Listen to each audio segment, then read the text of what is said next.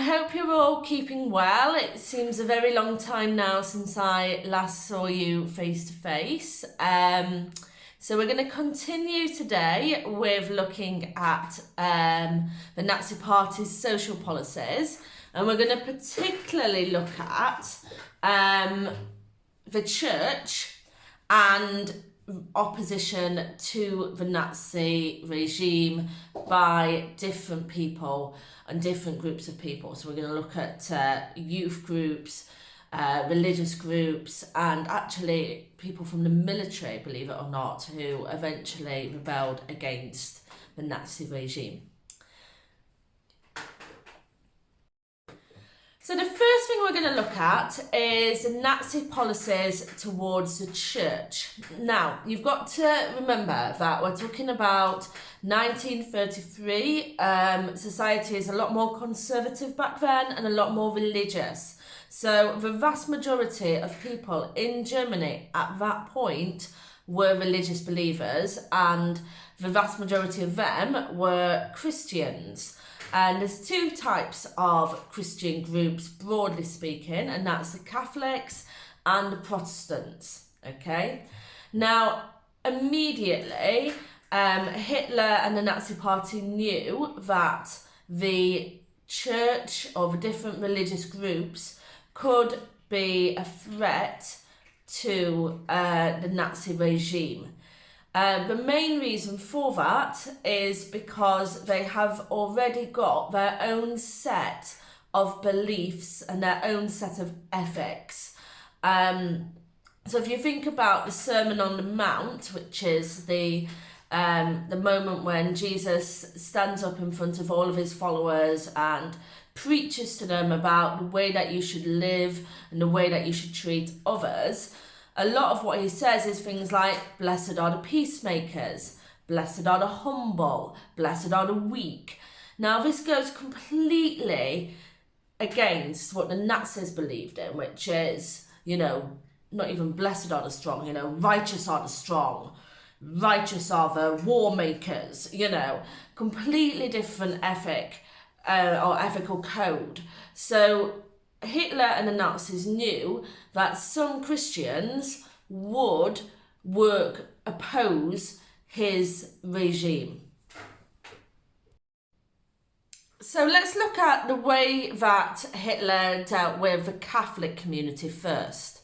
Now, Hitler knew that they were going to be a threat, not only because of their kind of the ethical beliefs that I've just talked about, but also because they already have a sort of supreme leader, a supreme follower, and that is the Pope.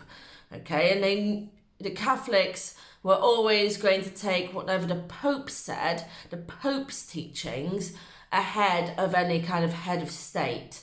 So Hitler knew that their loyalties would always be divided between him and the Pope. So, quite clever of him, in 1933, when he first came to power, he organised a meeting with the Pope.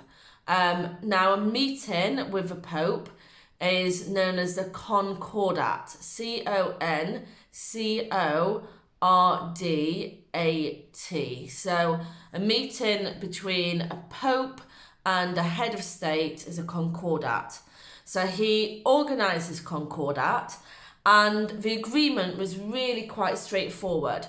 The agreement was, we will not interfere in each other's business. So Hitler would not interfere with the Catholic Church and what they did. The Catholic Church would not interfere with what Hitler and the state were doing in Germany. So in 1933, when Hitler was still trying to establish power, he did that, and it was quite an effective way of kind of nullifying a potential enemy.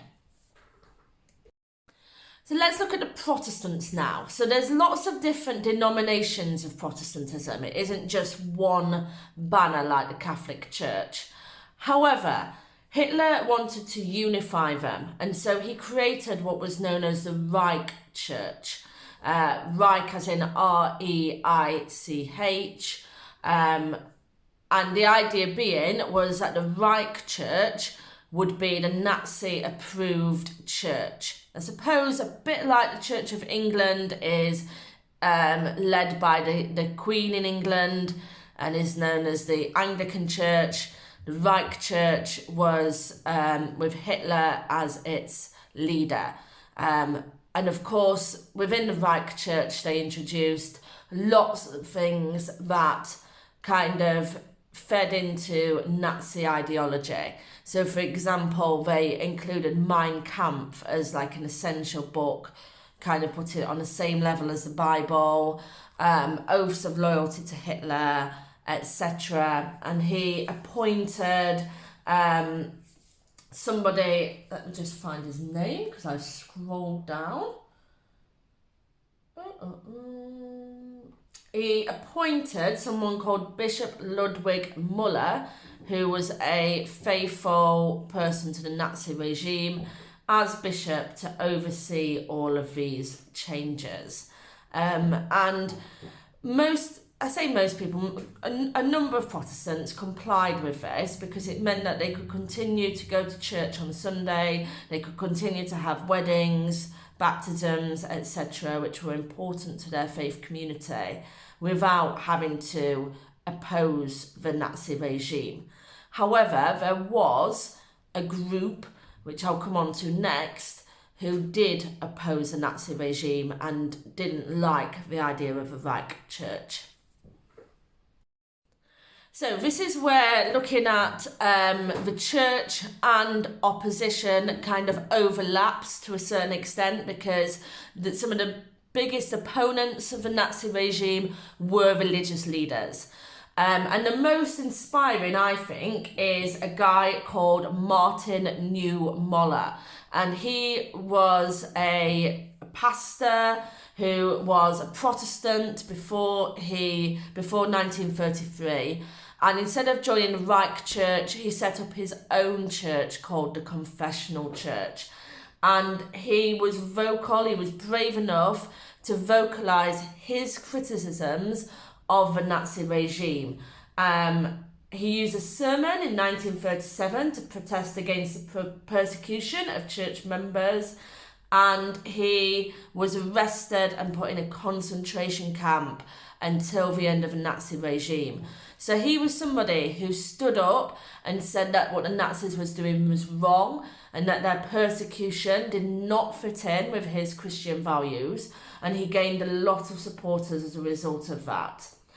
Now, the Catholic Church didn't remain placid and dormant throughout this. After a while, it became obvious to leading members of the Catholic Church that Hitler wasn't going to fulfill his side of the Concordat, that, he was going to interfere in their lives, but also they couldn't stand by and watch some of the persecution and atrocities unfold. So one person that's worth noting is Cardinal Galen. Galen spelled Galen, so like Galen from Medicine Through Time, but Galen it's pronounced. And he was a Catholic Bishop of Munster, and he uses sermons to protest against things like the euthanasia program against disabled people. And he also used his position as bishop to use sermons to object to Hitler and the Nazi Party's racial policies as well. So there were members of both the Protestant Church and the Catholic Church who were brave enough to object to the Nazi regime. Okay, so we've looked at opposition from members of the church. It's worth looking now at other groups of people that oppose the Nazi regime. And I think some of the most inspiring people that, took a stand against the Nazis were the youth groups. And they did it in quite creative ways for some of them. So, for example, the Edelweiss Pirates, who were young working class people who just did not want to conform to this idea of the Hitler Youth, you know, and what an ideal Nazi should be. So they did things that nowadays would be considered a little bit rebellious, kind of counterculture, so going against mainstream culture. Things like smoking, girls wearing their hair short, drinking alcohol, listening to jazz music, because jazz music came from Black America, so that was seen as quite a protest thing to do. And by doing that, it was their way of saying, we do not agree with your standards, and what you're saying should be the case for the way that we live our lives. Some of the other things that they did was they would graffiti Nazi buildings, and they would beat up members of the Hitler Youth, which, you know, I'm not an advocate of violence, but, you know, being a pirate that goes around beating up young Nazis, you know, it's quite badass in some ways. So they were quite an interesting group. Another group that were really inspiring, but in a more kind of subtle way, was the White Rose group. Now, these were members of the University of Munich, and so they were slightly older, sort of kind of late teens, early 20s, and the organisation was run by brother and sister Hans and Sophie Scholl.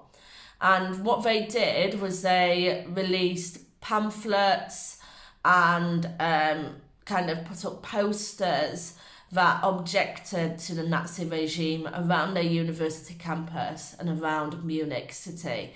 So quite similar in many ways to how students protest nowadays. You know, in a few years' time, you guys will be going to university maybe, or to college, and you will see this. You'll see people pamphleting for their different beliefs.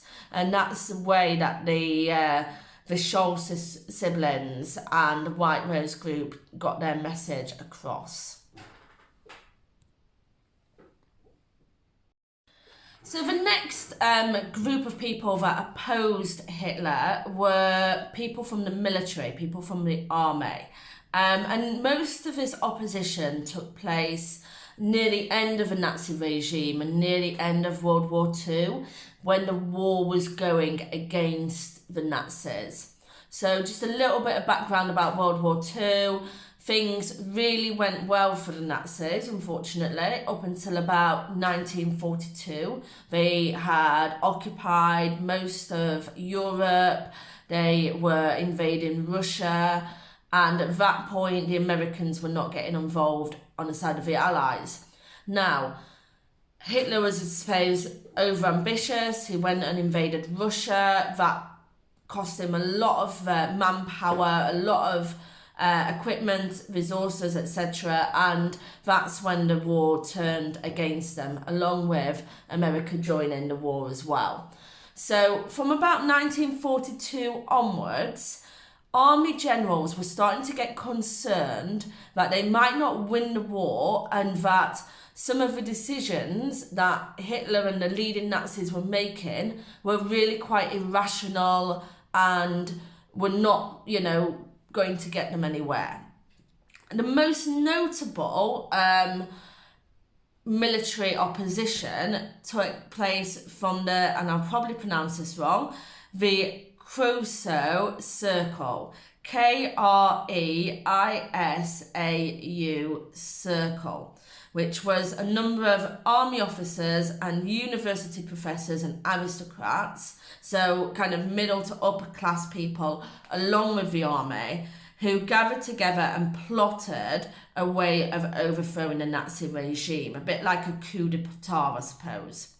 And that resulted in what was known as the July bomb plot. The July bomb plot was in 1944, when a group of these army officers went to Hitler's war office, planted a bomb within a suitcase, and that bomb actually detonated with Hitler in the office. However, he was saved. I think he was protected by a table that was kind of thrown over him. He burst an eardrum, so he was injured. However, he, the plot did fail. And then the Nazis really did go down hard on those officers. They were executed. The conspirators, anyone involved with the plot, was found out and they were executed as a way of just squashing all attempts at some kind of military coup. So that's a rundown of different opposition groups and Hitler's policy towards the church. I will post a short video explaining how to answer the 8-mark question on the way that Christians' lives were affected by the Nazi regime shortly as well. Hope you're doing well. Any questions, please post them in the chat room on Teams.